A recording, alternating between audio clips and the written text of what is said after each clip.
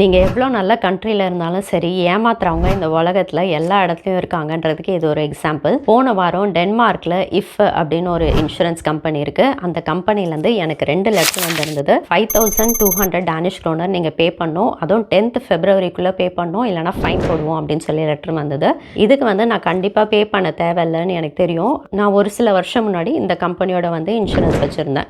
So அவங்க என்னோட personal data எல்லாமே என்னோட பெர்மிஷன் இல்லாமல் எல்லாமே ஆக்சஸ் பண்ணி இந்த மாதிரி லெட்டர் எடுத்து அனுப்பியிருக்காங்க. நான் அவங்களுக்கு கால் பண்ணி சொன்னேன், உங்ககிட்ட நான் இன்சூரன்ஸும் கேட்கல, இன்சூரன்ஸும் எதுவுமே போடலை, எதுக்கு நான் இவ்வளோ பணம் பே பண்ணணும்னு சொல்லி லெட்டர் அனுப்பியிருக்கீங்க அப்படின்னு கேட்டோன்னே, சாரி நாங்கள் தெரியாமல் பண்ணிட்டோம் பண்ணாங்க. ஆனால் அவங்க தெரியாமலாம் பண்ணலை, தெரிஞ்சே தான் பண்ணாங்க. இதை மாதிரி ஒரு லெட்டர் டேனிஷ் ஆளுக்கு அனுப்புவாங்களான்னு கேட்டிங்கன்னா கண்டிப்பாக அனுப்ப மாட்டாங்க. இதை மாதிரி பண்ணுறதெல்லாம் எக்ஸ்பர்ட்ஸ்க்கு தான் பண்ணுவாங்க. அதுவும் அவங்க எவ்வளோ ஸ்மார்ட்டாக லெட்டர் அனுப்பியிருக்காங்க பாருங்கள். மந்த்லி பேமெண்ட்லாம் கிடையாது, இயர்லி பேமெண்ட் தான். இதே நீங்கள் புதுசாக டென்மார்க் வரீங்க அப்போ நம்ம இந்த இன்சூரன்ஸ் பே பண்ணலன்னா நம்மளுக்கு பெருசாக ஃபைன் போட்டுருவாங்களோன்னு பயந்தே பே பண்ணுறவங்க நிறைய பேர் இருக்காங்க. அதனால் எந்த லெட்டர் வந்தாலும் தெளிவாக படிங்க. உங்களுக்கு புரியலன்னா உங்கள் கொலீக்ஸ், ஃப்ரெண்ட்ஸ் யார்கிட்டயாவது கேளுங்க, இல்லைனா அந்த கம்பெனிக்கே கால் பண்ணி கேளுங்க. இன்னும் ஒரு தடவை இந்த மாதிரி லெட்டர் அனுப்புனீங்கன்னா நான் உங்கள் கம்பெனி மேலே கேஸ் போடுவேன்னு சொன்னால் அவங்க எனக்கு அனுப்பின லெட்டரோட இன்சூரன்ஸ் பாலிசிலாம் அவங்களே கேன்சல் பண்ணிட்டாங்க. ஏமாத்துறவங்க இந்த உலகத்தில் எல்லா இடத்துலையும் இருக்காங்க.